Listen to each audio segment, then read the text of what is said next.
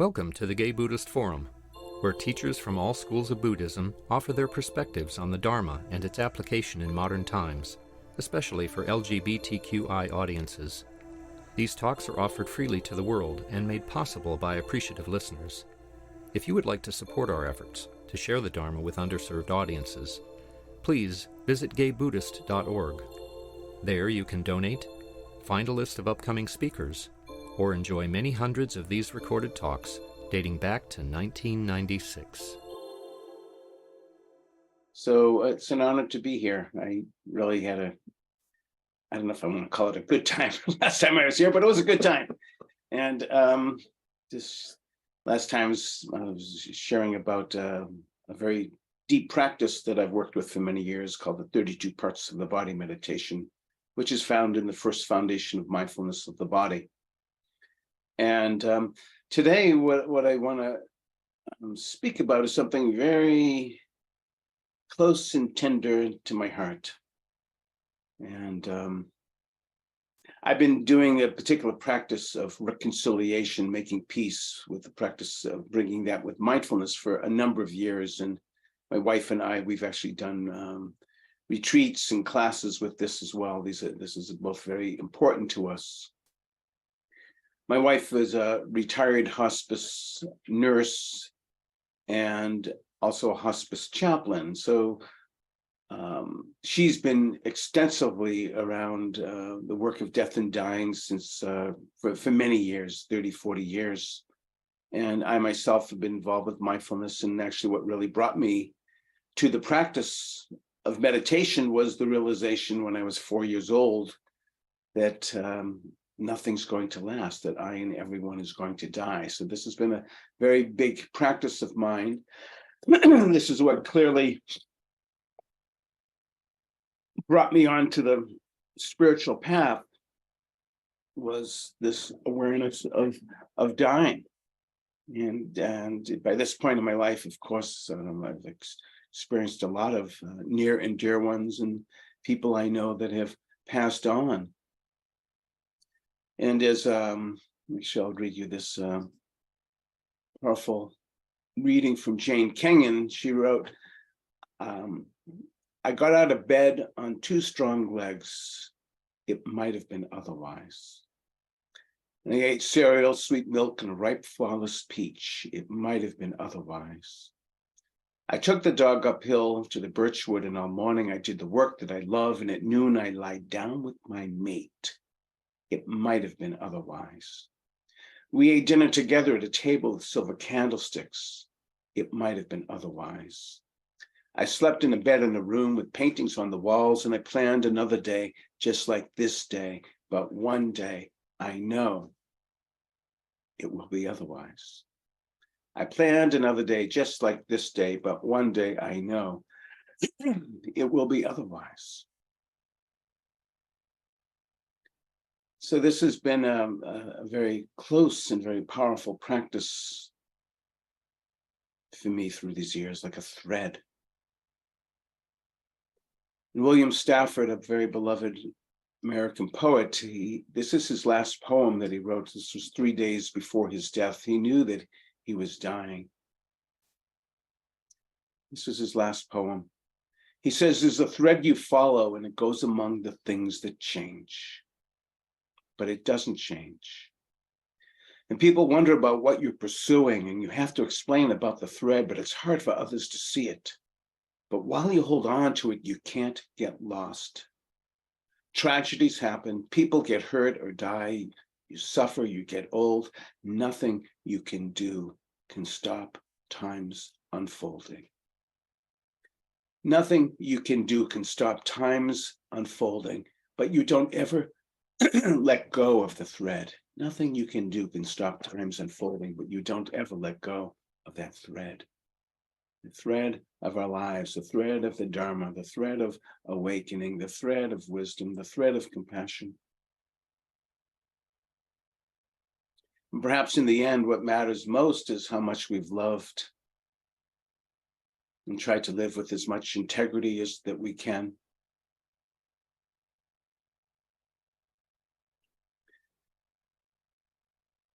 And there's a beautiful old saying, I don't know who coined this, but it's something like, every saint has had a past, and we all got futures. And when we look back at our life and what we've done, it's a lot. And I'm now approaching my 70th year, and a lot of deep embedded conditioning, karma, reactivity, my stories, my narratives, my conditioning, my beliefs, my identifications are very well, deeply ingrained and embedded. And, and I look back at this story of life, it's not always so peachy, rosy, creamy. There's places where I feel ashamed how I've reacted to myself or to others, to this world. Pardon me.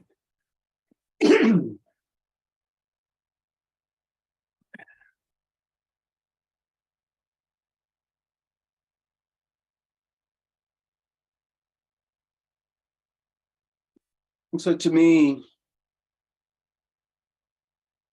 what is very close to my heart, as I shared earlier with my wife also, we teach about this, is making peace with our lives, with our hearts. And through the years, we've really identified 3 or 4 particular areas that feel very worthy, very important to work upon. The first area is making peace to the times I've been hard on myself. The second is making peace or reconciling. I don't know, whatever word that you want to use. Forgiveness, reconciliation, making amends, making peace, balancing the ledger. We each have our own descriptors that perhaps feel more resonant than another. So if I'm not using a word that feels resonant with you, you can retranslate it into your own heart and what language does make sense to you. But the sense of making peace or reconciling to the times I've been hard on myself, making peace, reconciling, making amends to the times that I have hurt others, knowingly or unknowingly. The third area, making amends, reconciling to those that have hurt me. And the fourth area perhaps is a little bit more global in the sense of making peace to the life that I got, to the body that I'm in, to the situations that happened. So this feels like a very big undertaking, and I've been working on this for many years, and it may be an ongoing work. And occasionally when there's blindness, I'm creating new karma of resentments and shame as well. So this is a everyday practice. So I'd like to unpack these particular areas that are very close to me, that feel very important. And so this making peace or making amends to the times I've been hard on myself, and this didn't come out of nowhere. It came out of our conditioning. Some of us perhaps have been brought up in certain types of environments that led to us feeling unworthy or inadequate. We're damaged goods. We're not beautiful. As a friend of mine's father used to call him, you're not like King Midas, that everything you touch turns to gold. You're more like King Minos, and everything you touch breaks. And that's a horrendous thing to say to a child. But there's things that have been said to us early on. We don't know any better, because we're like a piece of clay that is getting shaped. It is getting conditioned. We're still learning our identity. We're developing our personality. This happens early on. And if we're brought up in an environment where it feels like, I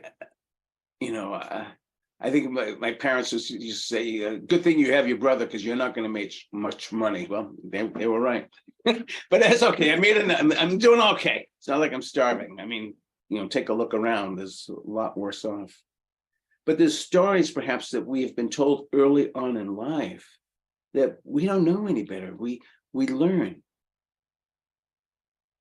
We develop our identity. I love Popeye's autonomy. I am what I am because that's the way I am. I'm Popeye the Sailor Man. And that's beautiful. On one hand, he's announcing his sovereignty, but on another hand, it can be like there's nothing else to be seen. I'm remembered of my one of my very first spiritual teachers, Rod Serling from the Twilight Zone. And there was this one episode when I saw I was a kid that's haunted me. and it's a story of this guy that's pretty grumpy, and he's always got a critical comment towards everything and everyone. And he used to have this expression: if everyone would just be like me, the world would be a better place. And so there's a story of him living his day-to-day life, and he's just always with that attitude. And then one night he was going to sleep, and that was the last thought that he had before he went to sleep. And when he woke up, everyone looked like him and talked like him. And that's when the show ended. You get what you put out.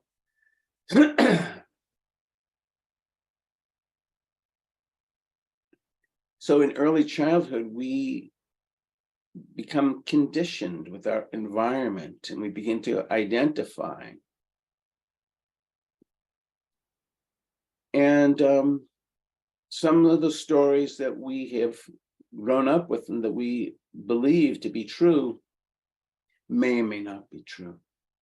This is, I think, one of the most incredible gifts of mindfulness practice, is that we're beginning to, rather than looking ourselves along with self-referencing the old stories, habitual patterns, we're beginning to develop self-awareness to begin to see the patterns that we've been hitting our heads with against the walls all these years. And with that possibility of awareness, we can potentially begin to make some change. So there's some hope here once we awaken, once we become aware. The conditioning, though, is very strong, and the beliefs are very strong. It's almost as if there's already been a jury, there's already been a court case, there's been a determination. The mallet has hit the table, and you have been condemned to a life sentence of this belief in our own deficiency or inadequacy.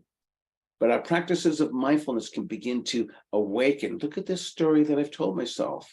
The way that I speak to myself, if I spoke this way to my friends and my family, I wouldn't even have any friends anymore. The amount of violence that we say to ourselves. I remember once in an MBSR class, it was about the 5th weekend,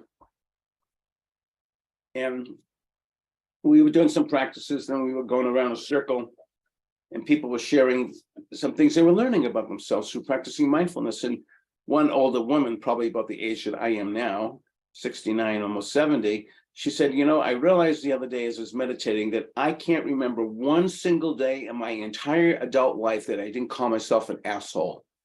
And then another person said, well, I don't call myself that, but I call myself a dummy. And then it started going around the circle of the names that people were identifying with as themselves. Was like, wow. These things we wouldn't say to others. The narratives and the stories, because of the wounding that has happened so early on that begins to develop a trait, is hard to shake off. We've got the evidence, we've been condemned, but so this making peace with the times we've been hard on ourselves is a very powerful practice to make amends. Perhaps one of the allies too, as well as awareness, is as we can begin to look back with perspective. Sometimes I like to call this hindsight wisdom. We're looking back and we can see more clearly why we believed that we were damaged goods, why we were inadequate because of what happened. Of course I would believe that, but this perspective now, as I see later, begins to bring some light of awareness. So this is a very powerful work to begin to recognize what we have learned. And, as babies, we came in, from the Dharma point of view, there's maybe some dispositional tendencies that even supported, of course, his birth and the karma that brought to it. But also, on another hand, we're pretty open slates. And it's just amazing, very young, we didn't experience bias or prejudice. I have a grandson who's 2.5 now, so I can begin to see he's developing some likes and not likes. Of course, we're human and preferences and ideas about things, but earlier on, he could be in front of all of you and just take a poop or a pee or throw up or laugh or cry, and he don't even care what any of you think, because he's just being baby, and babies, they're just, it's just what they do. And there's something so innocent and beautiful, but then we begin to learn. I remember once at the beach, my son was naked on the beach. He was about maybe 2 or 3 years old, and some kids walked by and they started laughing at him. Look at him, he's naked. Look at him, he's naked. And my son didn't even know what they were talking about. It's like it's later we begin to learn, and then we begin to get shamed. Shame is such a painful thing.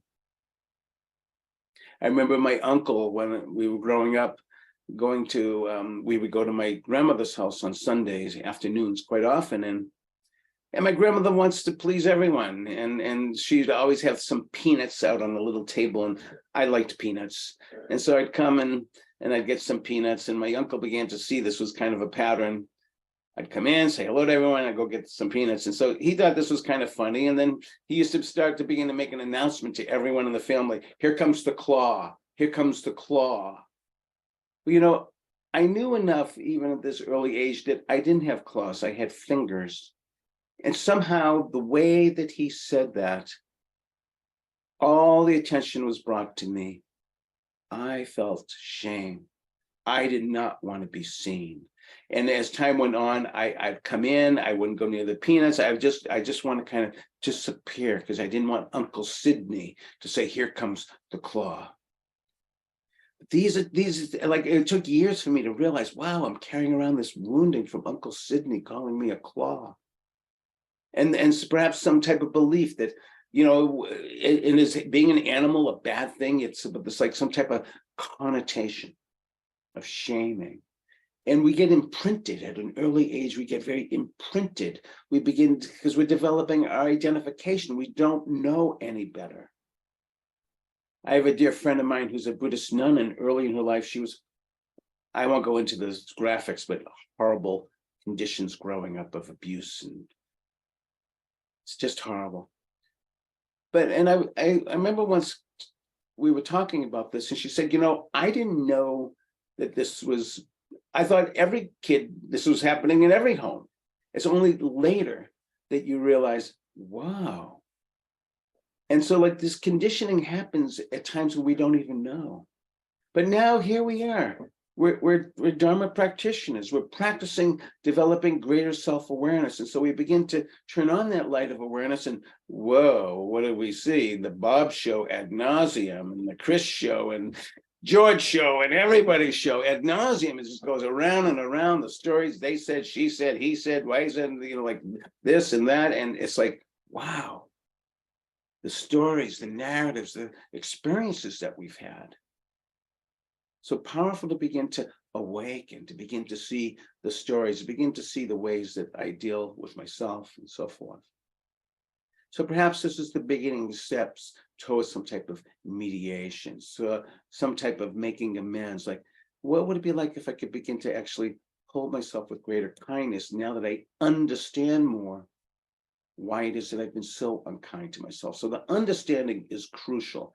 It's great that we have these practices of self-compassion. I can put my hand on my heart. That's really good. But we got to know why we're putting our hand on the heart, because we have this belief that I'm no good. And where did that belief in no good come from? It came from earlier times, earlier conditioning, and so forth. So developing our understanding of these stories, these narratives, these beliefs, these identifications that develop into conditioning, that develops into deeper embedded conditioning.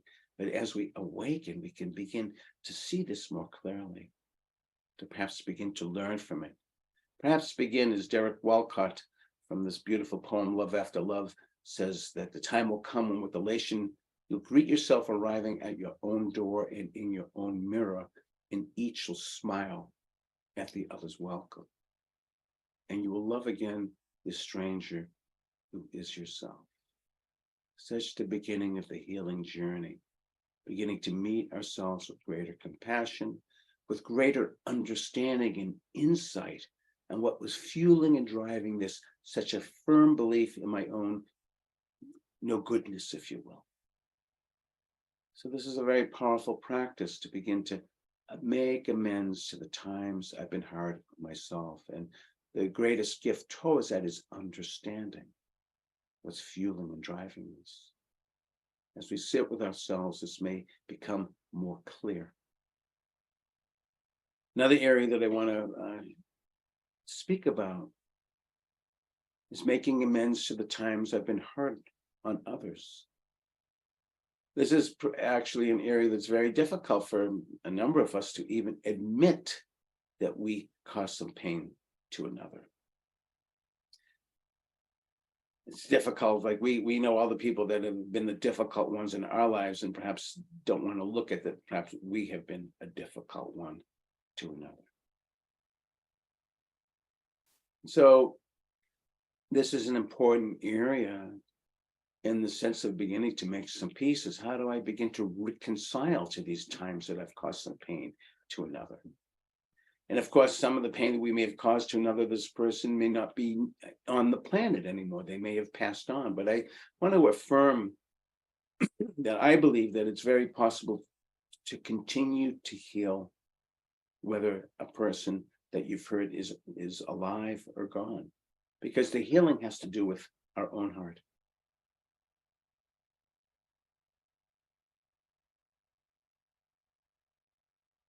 There's two qualities to bringing on healing to those that I've hurt, or three more. But one is to actually acknowledge that this is true. Sometimes it's knowingly, sometimes it's unknowingly. We speak about intention and impact. Sometimes we don't know the pain we've caused another.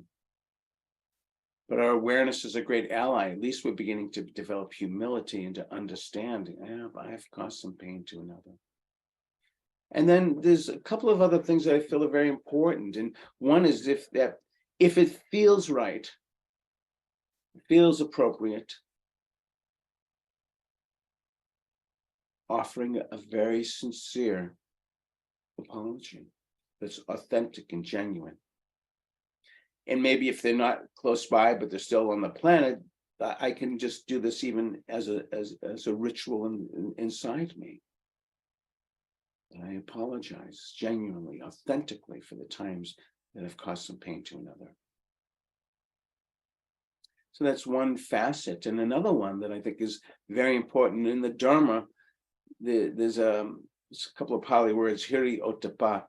And sometimes it can be translated as working with your conscience with shame and dread. But there's a much more poetic expression that really speaks much more to my heart. It's called becoming a guardian of the world.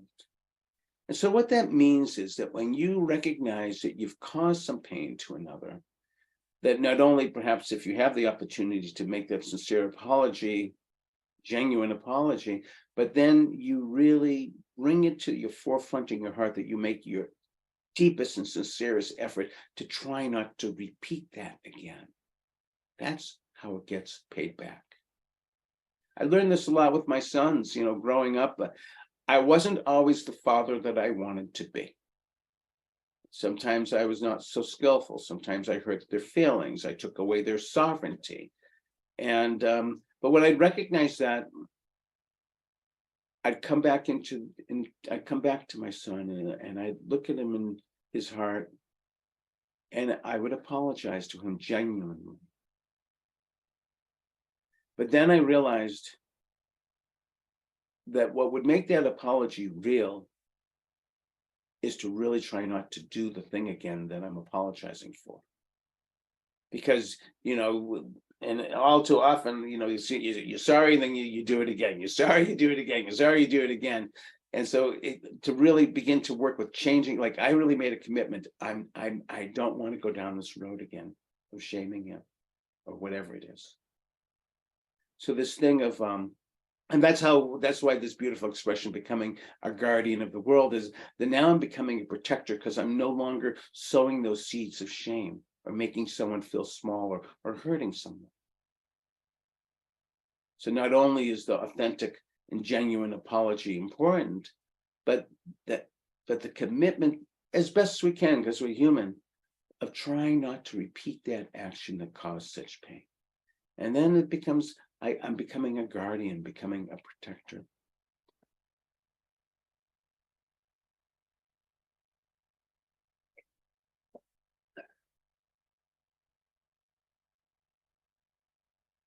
there's a very beautiful story that I'll share with you, a powerful story.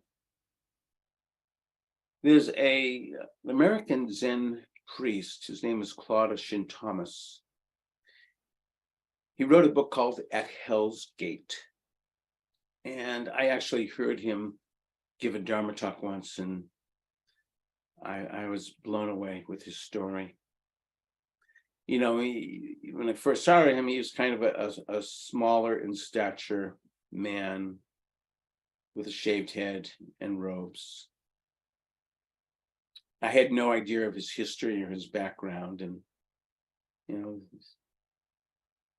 and then he opened up his mouth, and I had all these judgments or whatever, and then he opened up his mouth and started to talk, and this is what he's sharing: is that prior to be a monk, he grew up in a military family, and he enlisted into the Vietnam War to serve his country. And he became a machine gunner on helicopter missions in Vietnam. And he says, make no mistake, when you get enlisted into the army and during wartime, you are instructed to, my job literally was to kill human beings. But they weren't human beings. They were just objects to be eliminated. He's very, no flowery words here. And he said that, I was really good at this because there was bets. If you came back from a mission, you had the most kills, you would get a bag of heroin, you'd get a bag of cocaine, you'd get a bag of this, a bag of that. And he said, I won a lot of those contests.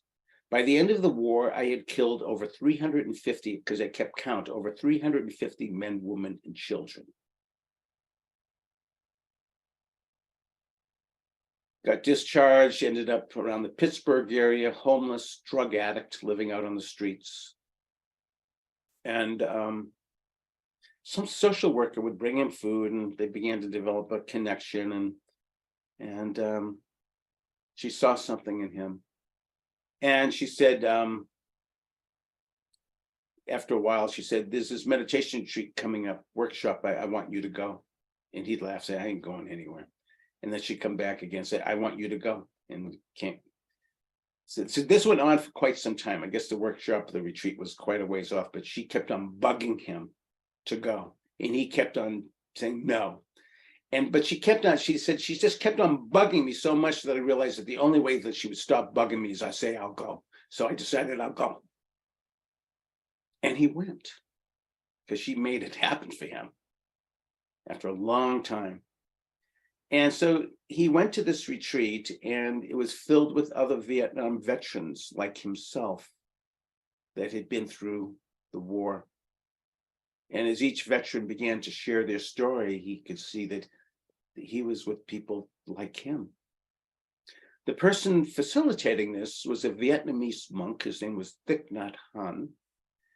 And he, at the end of this retreat, Claude Shin Thomas had a powerful transformation and decided to start a meditation practice.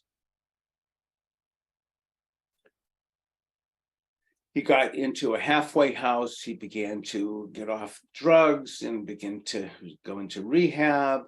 And then he heard about the Zen Peacemaker Order that was founded by Bernie Glassman. And there's something about how Zen was being taught there that felt very resonant with him. And so he began practicing with Bernie Glassman's order and became a student. And after a period of time, he said to Bernie that he would like to be ordained as a Buddhist monk. And so this has now been a number of years, and he's now no longer an addict, a using addict. And Bernie said, I will ordain you. And Bernie has done also a lot of work in Europe, helping with concentration camp survivor children of Nazis, and bringing people together in retreats and doing reconciliation work. And so Bernie had these connections in Europe, and Bernie decided that I am going to ordain you, but I'm going to ordain you because of your past in a very particular place. And so what they did was they flew to Poland and to Auschwitz. And on the train platform of where people were pointed to either to the concentration camp or to the gas chambers, they did the ordination ceremony at that train platform where he became a Buddhist monk. And then, Claude said in kind of this humorous way, I took a left and I began to walk. And I walked overland from Auschwitz to Saigon in Vietnam. It took me 1.5 years to walk there. And every single bit of the way, whoever was be open to listening, I would share with them what it was like to have killed 350 men, women, and children.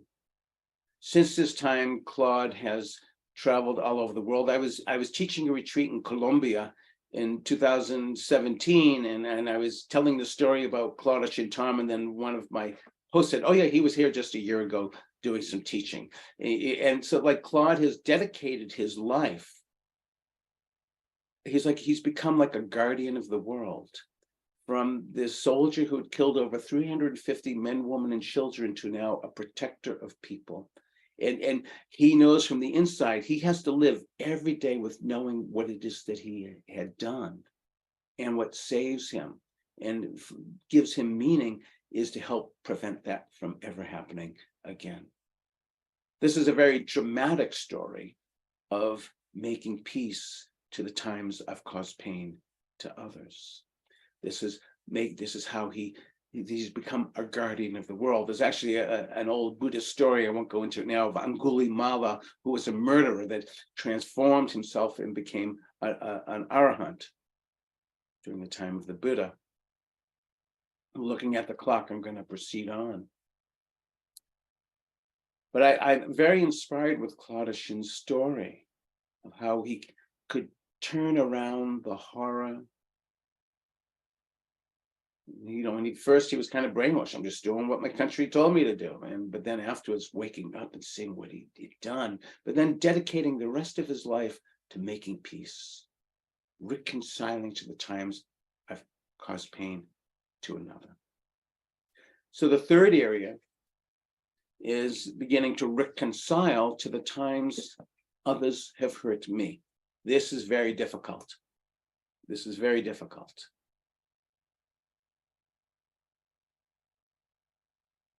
But there's perhaps a couple of ways that we can work with this. And just perhaps as we've been reflecting in this journey, just as I've been hard on myself with the beliefs that I'm a no good, deficient, ugly, whatever person you want to say, and also feeling a lot of guilt and pain for the pain that I've caused others. But perhaps we begin to understand that those that hurt me, that it came from their own unawareness, their own conditioning, their own woundedness. I also want to say right away, it may not excuse the actions to the degree that, you've been hurt. Some of us have been hurt terribly, but perhaps it brings some understanding of what, it's due to their unawareness, their fear, their pain. It's interesting. Norman Fisher, who some of you may know, Zen poet and teacher, he wrote a book. I forget what it was called, but it was a kind of a translation of the Bible book of Psalms, but written from kind of like a Buddhist interpretation. And one of the very clever things that he did, because in old biblical language, a lot of the descriptor words is this person was unrighteous, they were evil, they were bad, they were wicked. So what he did was he took out all those words, and he wrote and said that they were heedless, they were not mindful, they were unaware. That kind of changes the context. They were unaware. They were not mindful. It was ignorance, not knowing. So perhaps it may not excuse the actions, but beginning to understand, just as I have the beliefs of my own deficiency and I'm hard on myself and I've caused also pain to others, so to others that hurt me, that it came out of their own unawareness, their own fears, their own conditioning. But the other very important facet that I think is incredibly important is that we suffer a lot, or I know I have suffered a lot through those that have hurt me. The building up of resentment and grudges and ill will is so painful to live with. I'm pointing the finger, you fucked me over, but there's three fingers coming back at me. Like, how do I begin to take responsibility? Like, otherwise I'm just going to be filled with resentment and grudges for the rest of my life and be buried that way. Like in the spirit of my own well-being, how can I begin to neutralize the resentments that I'm harboring and holding? I think this is very important. This is something that we can't stop, can't change the actions that happen, but I can change perhaps how I am with it. That I can begin to neutralize some of these resentments and grudges because they are just so painful to live with day in and day out. Reminded of another story that I'll share with you, and this is when I was referring to that I was in Colombia. I was teaching a retreat there outside of Bogota, and my friend and host, she decided she wanted to bring my wife Jan and I to this one particular place to see, and I asked her about it, and she said, I'm not gonna, we'll just go and you'll see for yourself what it is. And so she brought us to this place where there was an outer shell of a building that had been torn down. Maybe there was just like a foundational wall around it, and you could see right through it, in that there was a newer building inside that, and it was mostly of glass and a roof, a few white walls, and a lot of black floor. And I said, where are you taking us? And she just smiled, and then she pointed to the sign that said silence only, no speaking. And so we go into this building, and there's just all these black floors and white walls and a roof. And it's just in the signs, silence. I had no idea what are we doing in here? What is this about? And I'm just being open, just walk around. And then there's one inner room that you could walk into, and there was a video playing. And so eventually my wife and I went in there, and it was in Spanish, but it was fortunately subtitled in English. And it was a story of this artist named Doris Solidia, who was commissioned to this project. Some of you may know Colombia has had over 50 years of wars and insurgency and drug cartels and militias. And one of my good friends there, like, she grew up and her mom would say, be careful of the holes where the bombs have created holes in the streets. I mean, and it was very powerful to know that, like, whenever we drove anywhere in Colombia, wherever you parked in big parking lots, you always would back in.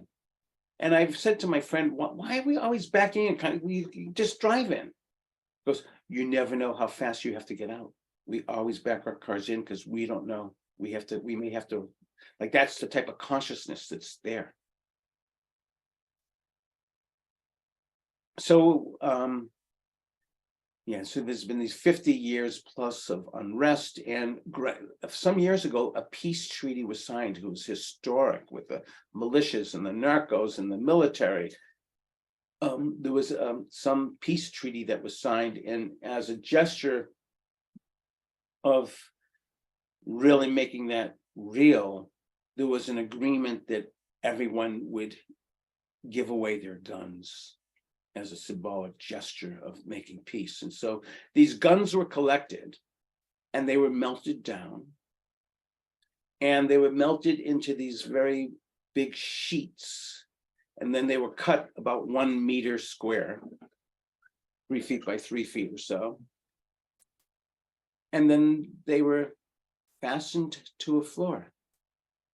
So that big black floor we were walking on was all made out of guns. And in the videos explaining all of this, Doris invited many of the women and some men that had been violated treated terribly during the war to be part of this project, because after these guns were melted and they were into these sheets, they were cut into again like 1 meter square. Then they had to be pounded, shaped in certain ways so they could be fastened to the floor. And so there was interviews of these women, some men, pounding and pounding and pounding these sheets that were made of these guns.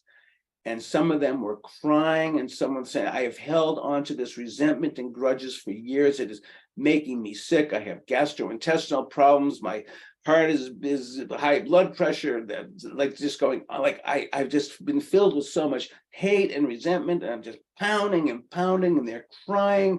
And it was just like this image of people beginning to heal and to like realizing like what I've been holding inside me has been so poisonous. Beginning to make peace to the times others have caused pain to me, to begin to reconcile. The very powerful image, seeing those women and some men crying and just acknowledging how they've had years and years of resentment and grudges and hate, and that it's just been so toxic to their hearts that it was time to begin to neutralize. You could see them at the end holding each other, crying and laughing. The possibilities of our human heart to begin to heal. And it's not like a light switch on and off. Okay, now I'm healed again. I mean, we have strong conditioning and there's amnesia, but at least with our practice, we begin to remember. Remembering again our place in this universe. Our right to be here, no more so, no less so than any other sentient being. Remembering.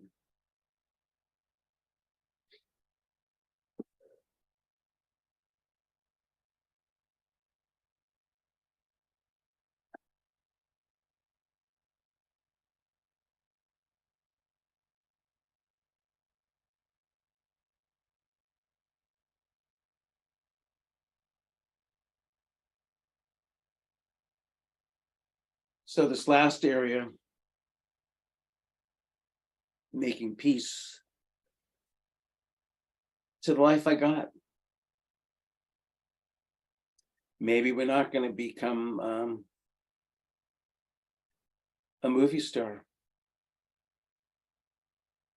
or be in the best rock and roll band or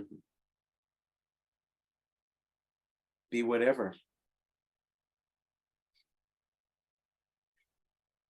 Like, how do we begin to make peace or reconcile to the life that I do have, to the body that I'm in, to the here or no here that you have, to the size of your body, to your gender, to your sexual orientation, to your political affiliation, to the life that we have? How do we begin as we come towards, our life, our death? Like, how do we begin to make peace with this life that we have in one way or another? So this is perhaps bringing together the reconciling of these first three. The times have been hard on myself, the times I've caused pain to another, the times that others have caused pain to me, but also with the life that I got. And sometimes we're so don't like what we got. Like when I grew up, I had really curly hair and I wanted straight hair. And again, like now I have no hair. And some of us had straight hair and really wanted curly hair. Some of us wanted to be big and we were short. Some of us were short and wanted to be big. Like it just goes like, have this body or that body. Like this is the body that we got. This is the life that we got. And it doesn't mean we can't try to improve upon it. But sometimes we try to improve on it so much because it comes from a place of insecurity. How do we begin to also meet our own hearts with compassion, with kindness, to appreciate our own beauty? So the sense of reconciling to the life that I have, to the body that I'm in, to the situation that I've been living with. To me, to be able to be on my deathbed and to have made peace with all of this feels like good job. but maybe it's not like a period, make peace and then okay, but maybe at least I'm on that journey of making peace. And I want to also just recognize, okay, maybe it doesn't have to all be done, but at least I'm sincere enough and genuine enough to know that I'm a work in progress, and can I meet it with greater compassion and love?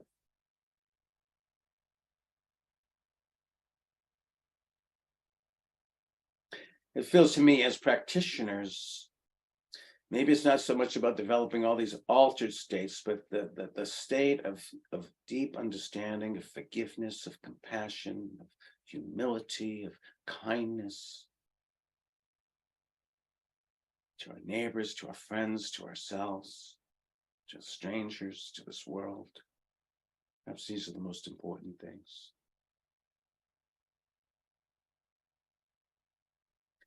So may we remember, and I'll just end with one other reading. I had a lot of them here, but I'll just go with this one. Actually, I'm going to do two.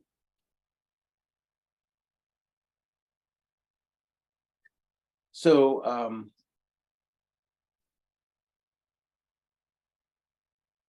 yeah, this is such a beautiful poem. And to me, like, this poem really is the kernel of the Dharma. It's from Naomi Shihab. Some of you have probably read this poem called Kindness. And when I think about my own teachers, it's really been this legacy of kindness that's been passed on, that may continue to be passed on. And Naomi Shihab, she wrote about this poem that she'll say, I heard her say this, that I didn't write this poem, I was just the scribe. I had my pen and my paper, and it was almost as if I was just told to write this. And this came out of her being in Colombia on a bus with her husband. They were on a honeymoon. They were traveling from Austin, Texas to the tip of South America. And in Colombia, the bus was pulled over by some militia and everyone was robbed. One person was shot and killed. And then she ended up, after they all left, her and her husband went to this little village and was met by a very kind gentleman and helped them to, find their way. And she said she went out into the plaza that very night to sit on a bench. And this is what she says that she was ascribed to. She says, I didn't write this, but it's called kindness. She says, before you know what kindness is, you must really lose things and feel the future dissolve in a moment like salt in a weakened broth. And what you held in your hand and what you counted and carefully saved, all this must go, so you know how desolate the landscapes can be between the regions of kindness. And how you ride and ride, thinking the bus will never stop and the passengers eating maize and chicken will stare out those windows forever. Before you learn the tender gravity of kindness, you must travel where an Indian in a white poncho lies dead on the side of the road, and you must see how this could be you. And how that he too was someone who journeyed through the night with plans and the simple breath that kept him alive. Before you know kindness as the deepest thing inside, you must know sorrow as the other deepest thing. And you must wake up with sorrow and speak to it till your voice catches the thread of all sorrows and you see the size of that cloth. And then it is only kindness that makes sense anymore. And then it is only kindness that makes sense anymore. It is only kindness that ties your shoes and sends you out into the day to mail letters, purchase bread. It is only kindness that raises its head from the crowd of the world to say, it is I you have been looking for. And then it goes with you everywhere like a shadow or a friend. And then it is only kindness that makes sense anymore. Then it is only kindness that makes sense anymore. So I think I'll pause here, looking at the time, and thank you for your hearts and listening, and I hope that some of what was shared touches you. Where are the places where I need to reconcile? to make amends to myself, to those that have caused me pain, to those that hurt me, reconciling with this life. This, to me, seems to be some of the most important of endeavors. Perhaps in time, it begins to culminate through seeing through these stories, these conditionings. As the Buddha awakened, he said he experienced the unconditioned. And he could only perhaps have experienced the unconditioned through seeing through the conditioning, seeing through the stories. Thank you very much. I wish you well. And see, it's just about noon, but not quite. And it might be too early in this moment. Well, you have anything you want to say? Any questions? But I'll open it up if anyone doesn't want to say something. I suppose we could take a minute for a quick question or two. Anybody have a burning desire?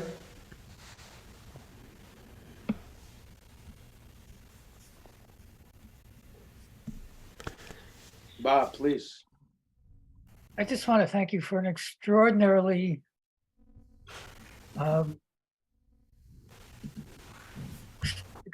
connecting thought. I mean, you touched me in so many ways.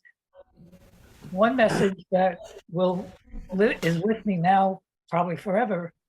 One of the things I learned from being with the Buddhist group here is the idea when your life seems to have fallen into a hole, to find things to be grateful for. And the phrase you mentioned in the beginning, and I don't remember the person you said created it, rather than saying, I'm grateful for this or that this has happened, to be able to think of it, what I'm grateful for, but to say it might have been otherwise. And I think that's such a profound, beautiful way to express gratitude. Thank you so much. Okay.